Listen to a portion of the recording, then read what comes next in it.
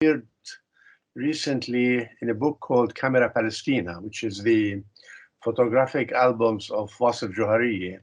And it's a reading of greater Syrian modernity through photographic images and the whole notion of spectacle. The title is problematic. I'm still working on it. It's Spectacle and Flaneurism. And I've had a big issue trying to examine the equivalent of the flaneur and flaneurism in an Arab context. Can you show me the next? Okay, now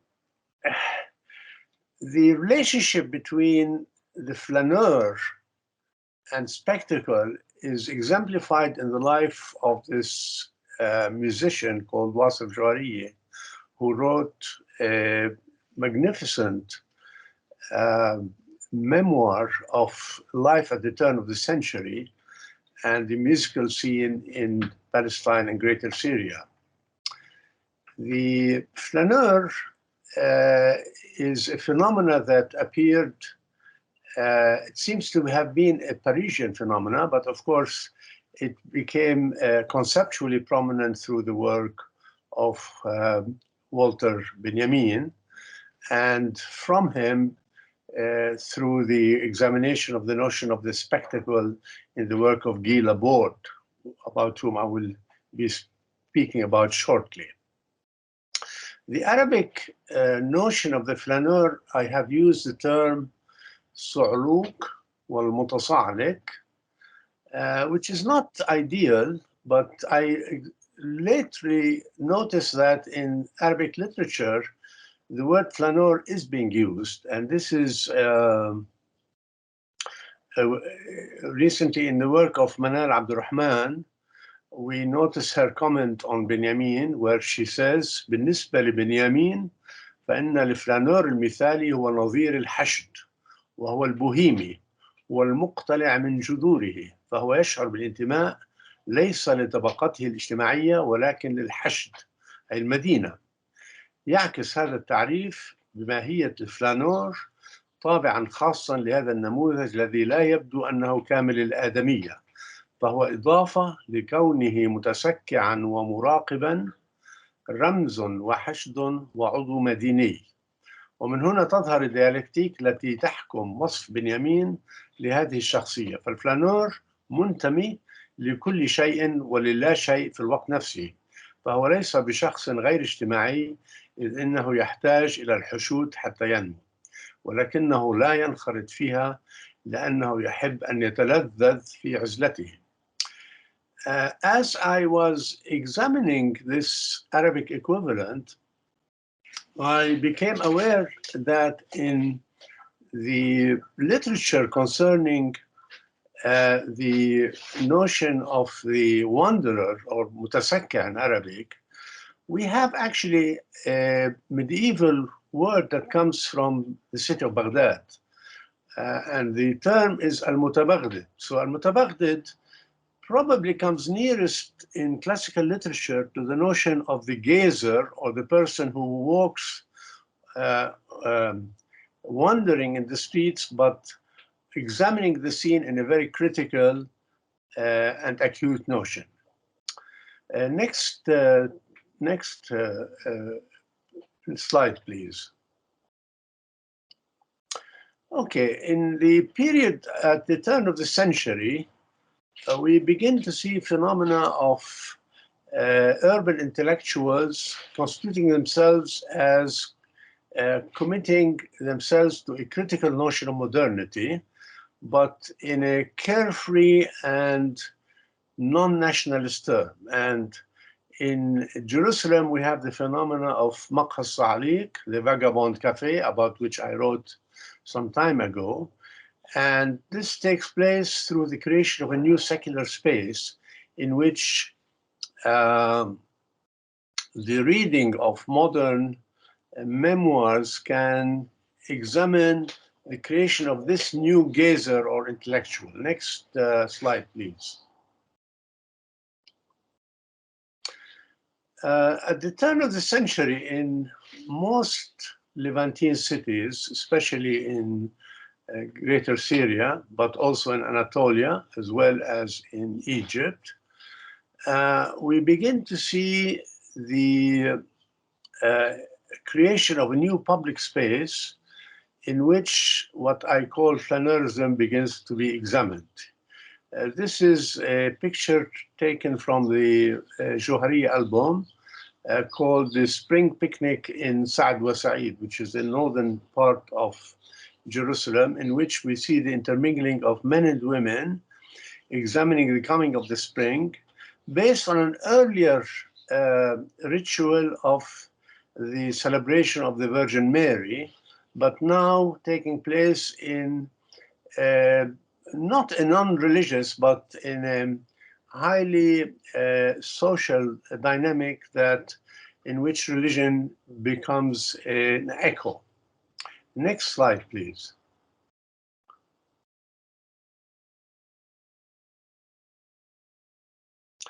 Another picture comes from the arrival of the kisweh, which is the covering of the Kaaba, donated by the Sultan in Istanbul. And it's going through all the Syrian towns on the way, which includes Aleppo, Damascus, Jerusalem on its way to Medina and Mecca. And I use this picture because it shows the gazer in a street in which the multiplicity of dress codes is clashing and creating a new occupation of public space. So the event itself is not important as much as the voyeurs and the people looking at the event from the sidelines. Next picture, please. Now, the notion of the voyeur or the flaneur is intermittently linked to the notion of spectacle in my discussion. And here we have three spectacles that I'm going to discuss in which the character of the flaneur appears. The first one is the ceremonial spectacles in deriving from religious events, and they are very common in the Arab East, as well as in Anatolia. Here we have, in Palestine in particular, the celebration of syncretic religious ceremonial and processions which mark the birthday or the mawsim of particular saints, the most important of which in Palestine are Rubin in Jaffa, Sitna Maryam in Jerusalem and Bethlehem, Ayub in the southern coast of Palestine, including Gaza, and of course the most important one is the celebration of Nabi Musa in March, in the spring of each year, in which the spring ceremonial processions were transformed by the creation of a new public sphere in which religious symbolic elements were incorporated into a new urban landscape. Next slide, please. Here we have a picture of how this is a football game in 1910 in Bab al-Sahri, which is the northern part of the city outside the city walls. And it's a very rare image of a secular event taking place in an area very close to the celebrations of Shim'on al-Siddiq and Sitna Maryam and the Ayub, the saint, in which people are looking at a football game. And if you look at the dress code, it's very striking, primarily because of participation of women in this secular public event. And in the top part of the picture, you see the villas of the new bourgeoisie from the old city, where the Khalidis, the Nashashibis, the Jarallas, and the Husseinis began to build their new houses outside the city. And here they are enjoying a game of football in the spring of 1910. I say spring, even though you see umbrellas. The umbrellas are shamasi. They are not, they're warding the sun from the people and not the rain. So next slide, please. Now, the flaneur in this event is the spectacle of people gazing at the new modernity of the city and the country as a whole.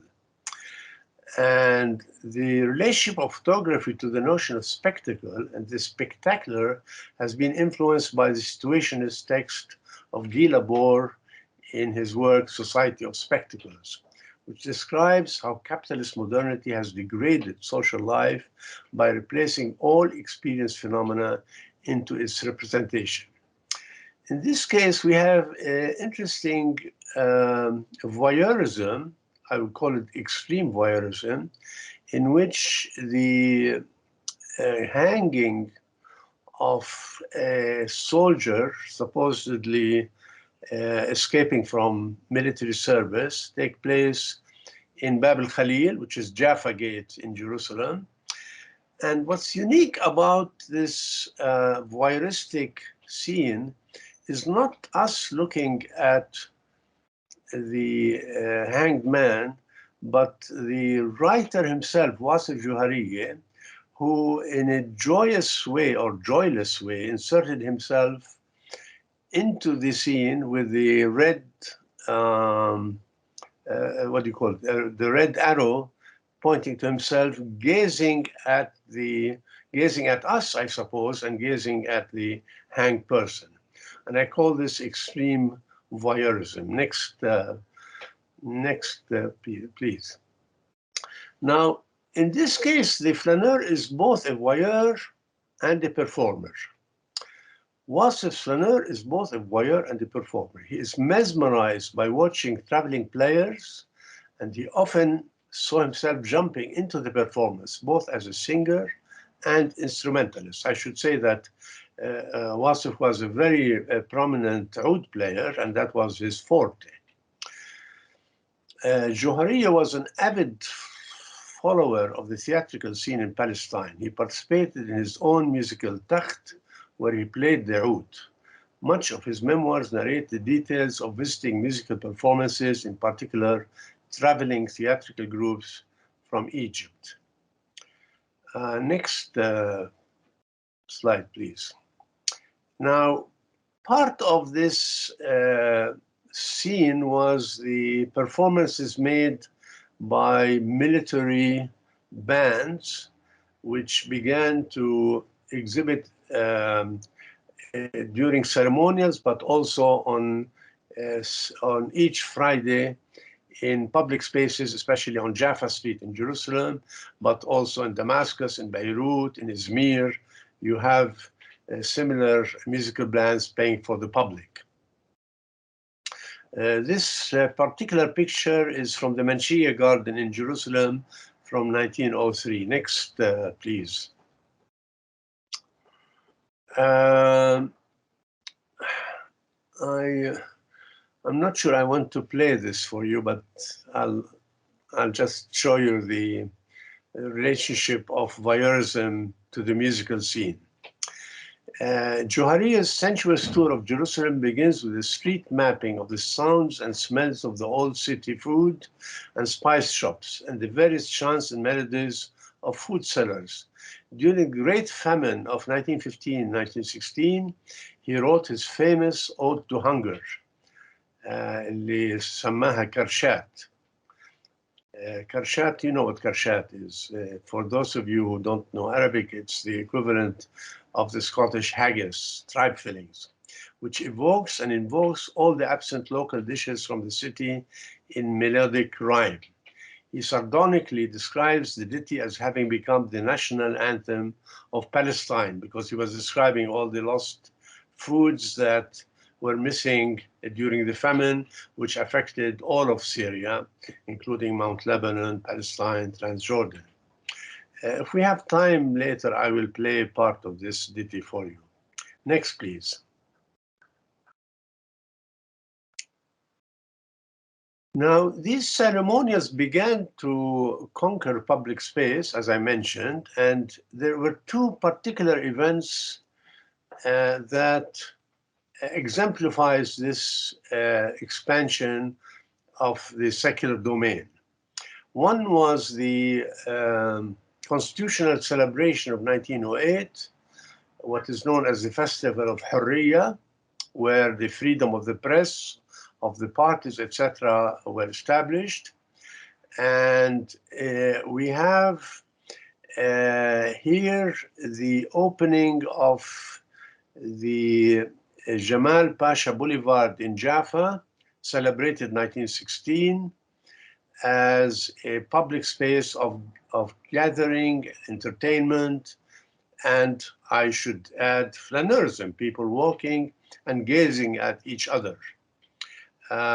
It's the same time that in Damascus you have the public cafes in the Ghouta along the river, and the development of the Corniche of Beirut as a public space of entertainment, flaneurism, and gathering. Next, please. The second image of this occupation public space was the establishment of Clock Square in a plaza in Jaffa, in opposite the Saraya building. And this became a major place for mass gathering. And these mass gatherings are very important because for the first time, we have people gathering not for the purpose of ceremonialism, such as Nabi Rubin or Nabi Musa, or religious festivals, or establishment of military edicts, but for expression of political mobilization. So here we have Ali Akram Bek, the governor of Jerusalem, of Palestine, actually, addressing the crowds on the occasion of the declaration of the Constitution 1908. And this place around the Saraya building became a place later during the mandate for public demonstrations against Zionism, for trade unions, for nationalist mobilization. Next, please.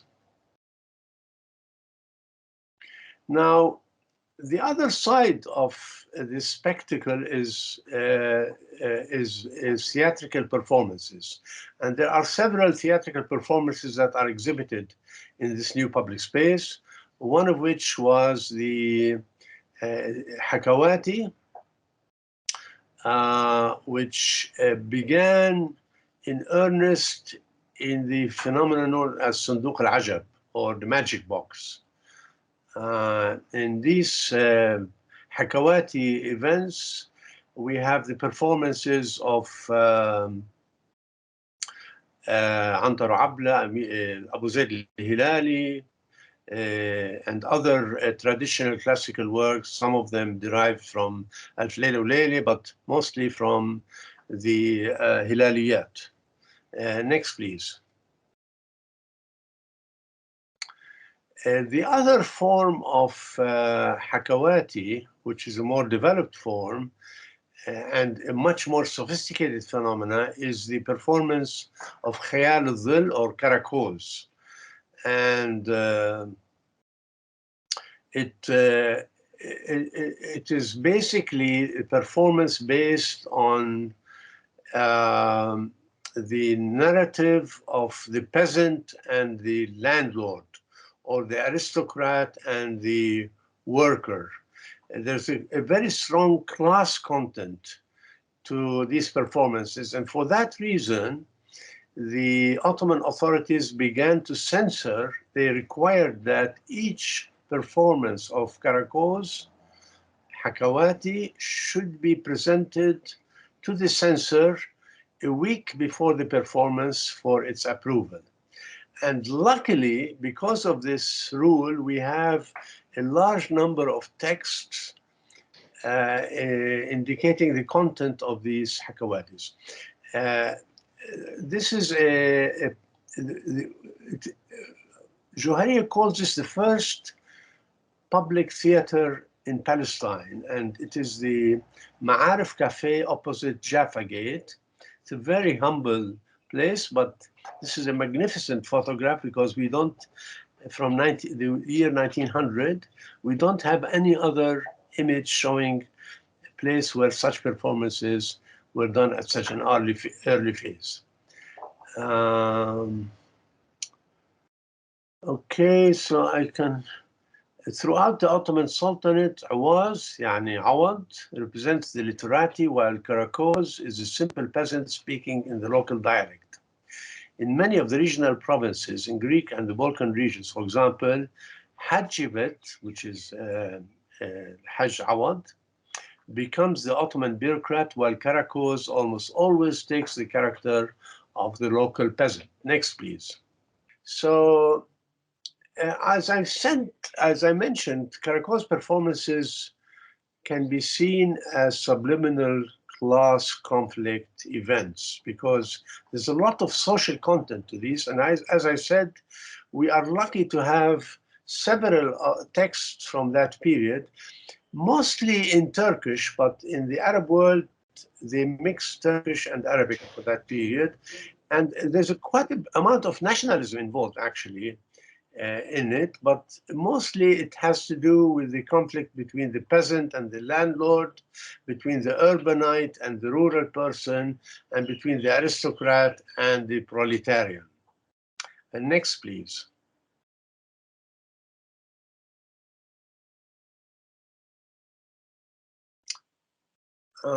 So this is Himan Cafe at Bab Hutta, another example. Johari has preserved Karakoz place from the Great War period. There were events, the beggars, the butcher, the drunkard, Fath al-Bakht. In his memoirs, Johari provided long excerpts from two popular shadow play performances. The Frankish Poodle, وين راحت؟ Yes. رجعي لي إياها. The Frankish Poodle, a satire on local elders who kept them, and the Samman, the ghee seller. The shadow play involved the wooden puppets manipulated by the master storyteller against the screen, in which the figures are illuminated by candle or kerosene lamp. The master pantomime performer was called Hakawati, Karakozati in Arabic. During Ramadan, Jerusalem, 5 performances took place 1 hour after the breaking of the fast. The first 3 acts were for children, while the last 2 for adult audiences. Okay, let's skip over these events. Let's have the next slide, please. The last spectacle I want to talk about is the spectacle of war. The third spectacle was a spectacle of collapse, the events and savage imagery of the Great War, hangings, digging of trenches by corvée labor, and battle scenes. Paradoxically, Wasif's nostalgic gaze is directed at the events of the war itself and not on the ceremonial processions. The famine years which devastated Syria through food shortages and locust attacks were celebrated by Wasif's bizarre musical contribution, the Karshat song, his only surviving musical composition. That became the national anthem of Palestine, as he puts it sarcastically. In one photograph of Damascus hanging on deserting soldiers, it should be Damascus Gate hanging, deserting soldiers, he managed to insert himself as a spectator of theatrical event. Following the British occupation of Palestine, and before the onset of the British Mandate and Balfour Declaration were spectacular days of freedom in the photographic images he preserved into this liminal moments. Thank you. Thank you.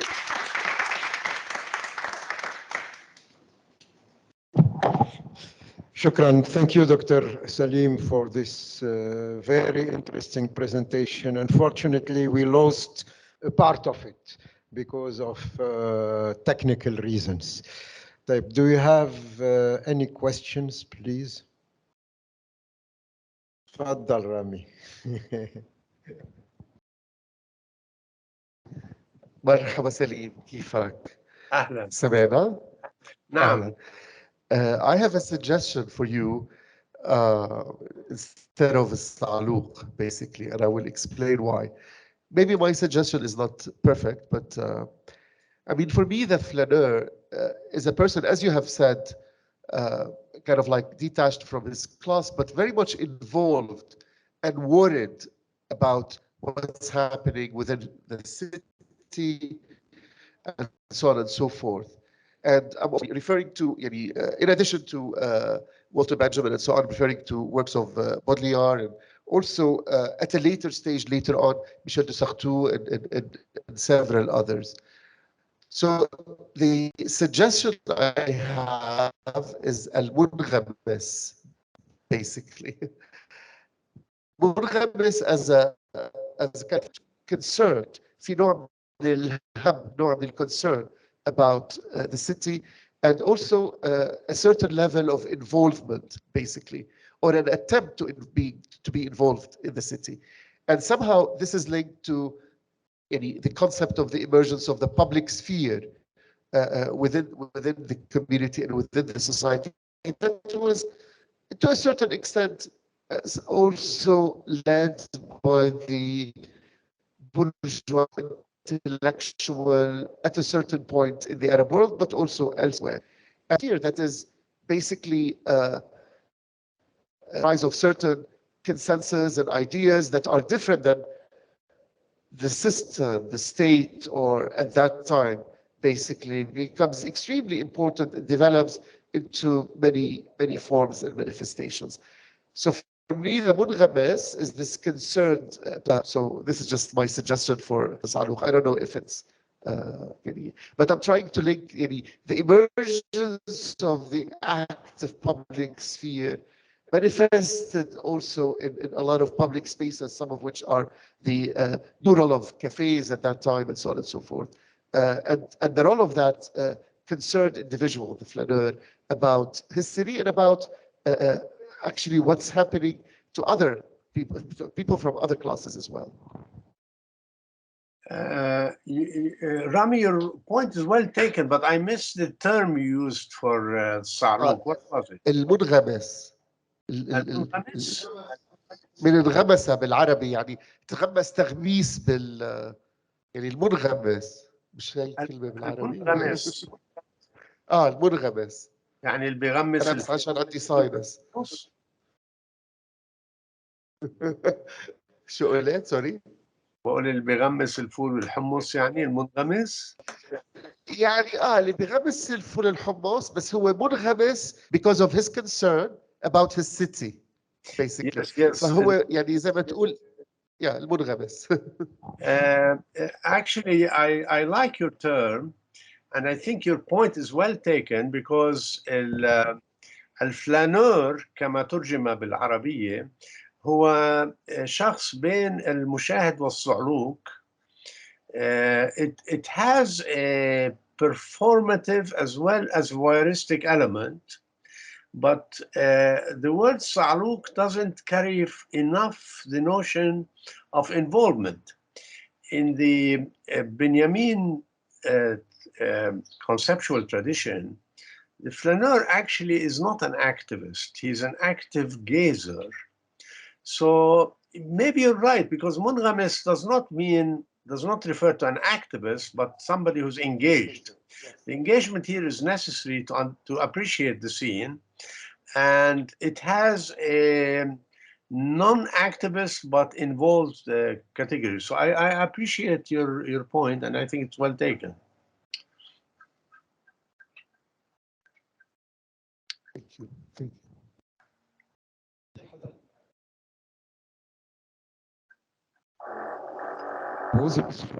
The translating flaneur,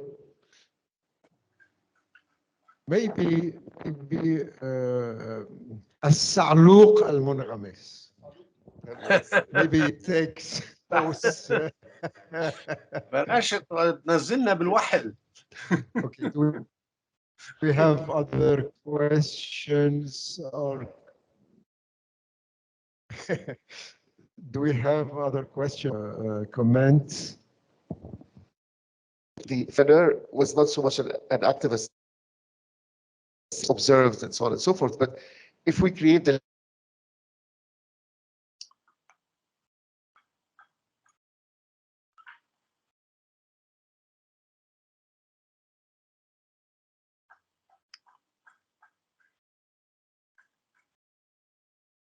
later, if we get transformation from the flaneur, maybe also that is just a suggestion. If we don't have questions, I have a small comment, Salim. What's fascinating is that your reference to Benjamin and to Guido. Benjamin, when he spoke about the issue of the flaneur, it was a period of very big transformations in Europe and in Paris in particular. 19th century. And De Boer, when he spoke about the Société du Spectacle, it was end of the 50s, early 60s, the capitalism, you are the turn of the century. So it's very interesting to have this reference and to see that the flaneur appears always at moments of big transformations. Moments of what? Yes, Rami. Transformation. Of big transformation. Yes. Are you finished? For me, Salim, to put perspective to the extreme value of your presentation within the context of this event, I think that a lot of capitalized in a very abstract sphere without knowledge of moments of change and transformation that led to all sorts of different things that are happening today. So I think your presentation has an extreme value to actually shedding light on some of these moments of change and differentiation within society, because it will more or less basic. Yes, you mean that we all should become flaneurs. Okay. Okay, thank you. If we have no other questions and comments, we'll shift to the second presentation. Dr. Khaldoun Bshara. Sorry. Can I just make I think Ahmed Khatib. Yes, sure, comment. Yes, I don't think we should be obsessive about finding a parallel equivalent to the European flaneur, because Benjamin was actually talking about a phenomena that existed primarily in Paris at the turn of the century, but also in Vienna and in Berlin in the Weimar Republic. In our case, I tried I wasn't trying to establish an Arab equivalent of the flaneur. I'm trying to examine the phenomena in light of the notion of spectacle and the modernity of the Arab city, which saw the growth of a group of people who we might call Salik or Bohemians, and they are not, they are a category between people engaged in spectacle, that is in the mass of the street, but preserving some kind of individualism, which is the product of the secular modernity of the city. And this, of course, is an international phenomenon, not exactly the equivalent of the Parisian flaneur, but it has specifically Arab Nahdawi features, which is a combination of individual freedom, voyeurism, and engagement in public spectacle. Not necessarily tied to being member of political movements, but not excluding it.